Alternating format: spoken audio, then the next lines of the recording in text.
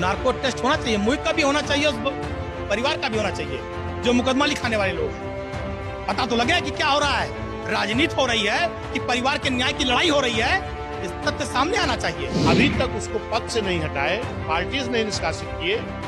ये कैसा पीडीए का इनका दिखावापन है, ये पूरा जग जाहिर है। संजय निषाद ड्रामेबाज है, सुन लो हमारी बात। यही एकलव्य छात्रावास अयोध्या में कब्जा कर लिया गया। निषाद बिरादरी के गरीब बच्चे उसमें रहकर पढ़ते थे। संजय निषाद के मुंह से आवाज नहीं निकली, उनके जीप पे लकवा मार गया था। और कह रहे हैं कि पीड़िता का और जो मुलजिम है उसकी डीएनए जांच होनी चाहिए। मैं समाजवादी के लोगों से एक क्वेश्चन करना चाहता हूं, उनकी सरकार में भी तमाम इस तरीके से घृणित कार्य हुए थे, क्या उन्होंने किसी का डीएनए जांच कराया था? रविवार को बीजेपी का एक प्रतिनिधि मंडल अयोध्या में रेप पीड़ित के परिवार से मिलने पहुंचा। इस प्रतिनिधि मंडल में योगी सरकार में कैबिनेट मंत्री नरेंद्र कश्यप के साथ राज्यसभा सांसद बाबूराम निषाद और सदर विधायक वेद प्रकाश गुप्ता भी थे। बीजेपी के इस प्रतिनिधि मंडल ने पीड़ित परिवार से मिलकर उन्हें मदद का भरोसा दिलाया है। दूसरी तरफ योगी का बुलडोजर पूरे एक्शन में दिखाई दे रहा है। नाबालिग लड़की के साथ रेप के मामले में मुख्य आरोपी समाजवादी पार्टी के नेता मोहित खान के खिलाफ यूपी सरकार ने एक्शन लेना शुरू कर दिया है। शनिवार को मोहित खान की बेकरी पर बुलडोजर चला और अब एक ऐसे मल्टी कॉम्प्लेक्स को गिराने की तैयारी की जा रही है जो मोहित खान के एक एनआरआई मित्र के नाम पर है। लेकिन इन तमाम घटनाक्रम के बीच यूपी की सियासत में अयोध्या कांड को लेकर उबाल आ चुका है। जहां सत्ता पक्ष समाजवादी पार्टी पर आरोप लगा रही है, वहीं अब बहुजन समाज पार्टी भी सपा पर हमलावर है। सपा और बसपा नेताओं के बीच जुबानी जंग जारी है। ये समाजवादी पार्टी मांग कर रही है कि जो पकड़े गए हैं 70 साल के मोहित भाई, सर्विलांस की जितनी भी प्रक्रिया है उसकी जांच होनी चाहिए। भाई बात करते रहेंगे तो सीडीआर में आएगा ना, उस बच्ची से बात करते हुए। अगर उस बच्ची से मिले होंगे 2 महीना, 2.5 महीना, 3 महीना, 4 महीना, साल भर में, तो लोकेशन ट्रेस होगी ना, दोनों की एक साथ लोकेशन आएगी। डीएनए टेस्ट करा लिया जाए। समाजवादी पार्टी मांग करी डीएनए टेस्ट करा लो, नार्को टेस्ट कराइए। और अगर मोहित के सारे साक्ष्य प्रमाण मिल रहे हैं तो मैं न्यायालय से मांग करता हूं, सरकार से मांग करता हूं, कठोर से कठोर सजा दिलाई जाए कि नजीर बन जाए। नार्को टेस्ट होना चाहिए, मोहित का भी होना चाहिए, उस परिवार का भी होना चाहिए जो मुकदमा लिखाने वाले लोग हैं। पता तो लगे कि क्या हो रहा है। कुछ नेता लोग अभी प्रेस कॉन्फ्रेंस किए हैं और कह रहे हैं कि पीड़िता का और जो मुलजिम है उसकी डीएनए जांच होनी चाहिए। मैं समाजवादी के लोगों से एक क्वेश्चन करना चाहता हूं, उनकी सरकार में भी तमाम इस तरीके से घृणित कार्य हुए थे, क्या उन्होंने किसी का डीएनए जांच कराया था? सपा सरकार में पूर्व मंत्री रहे तेज नारायण पांडे ने बीएचयू कांड का जिक्र करते हुए सीएम योगी पर ही सवाल उठा दिए हैं।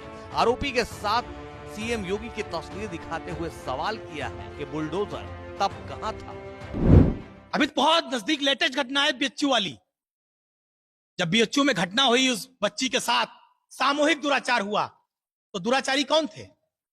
बाबा का बुलडोजर डीजल खत्म हो गया था उस समय। ये पहली फोटो दुराचारी की इसके साथ है, देख लीजिए। योगी आदित्यनाथ उत्तर प्रदेश के मुख्यमंत्री के साथ बीएचयू के दुराचारी की फोटो है। ये बीएचयू के दुराचारी की दूसरी फोटो देखिए किसके साथ है। Deputy CM Keshav Maurya stool मंत्री के साथ दुराचारी। ये बीएचयू कांड के दुराचारी हैं। तीसरी फोटो भारतीय जनता पार्टी कार्यालय के अंदर दुराचारी बैठा कुर्सी पर। यह है भारतीय जनता पार्टी का चाल चरित्र और चेहरा। चौथी फोटो, ये जात पूछने निकले हैं पूरे देश में। चौथे दुराचारी की फोटो देखिए किसके साथ, चौथा कौन है? अनुराग ठाकुर के साथ। पांचवी फोटो स्वतंत्र देव सिंह के साथ। ये हैं सब जेपी नड्डा राष्ट्रीय अध्यक्ष के साथ दुराचारी की फोटो। ये सब बीएचयू कांड के महानायक हैं। हालांकि बीएसपी सवाल कर रही है कि पीडीए का नारा देने वाली सपा पिछड़े समाज की बेटी के साथ इंसाफ की लड़ाई में मदद क्यों नहीं कर रही। जो पीडीए का नारा देती है, जबकि एक पिछड़े समाज की, निषाद समाज की बेटी है जिसकी उम्र मात्र 12-13 वर्ष है और एक गरीब परिवार की बेटी है, तो क्या गरीब समाज के पीडीए के लोगों को न्याय नहीं मिलेगा? गरीब समाज की पीडीए की बेटी को न्याय नहीं मिलेगा? हालांकि बीएसपी और बीजेपी के हमलों के बीच सपा ने सवाल उठा दिया है कि इंसाफ तो मिलना चाहिए, लेकिन सरकार खींच न निकाले। समाजवादी पार्टी कभी इस पक्ष में नहीं रही कि कभी भी किसी बहन बेटी के साथ किसी तरह का कोई घटना दुर्घटना हो। जिसने भी इस घटना को किया है, समाजवादी पार्टी उसके खिलाफ कड़ी से कड़ी कार्रवाई की मांग करती है। और अब समाजवादी पार्टी हमारी निजी संवेदनाएं उस पीड़ित परिवार के साथ है। हम भी चाहते हैं पीड़ित परिवार को न्याय मिले, लेकिन जो पूर्व में अयोध्या में कुछ घटनाएं हुई, मैं उनका उल्लेख करते हुए कहना चाहता हूं कि भारतीय जनता पार्टी सरकार खींच ना निकाले, न्याय करे, सच लाए।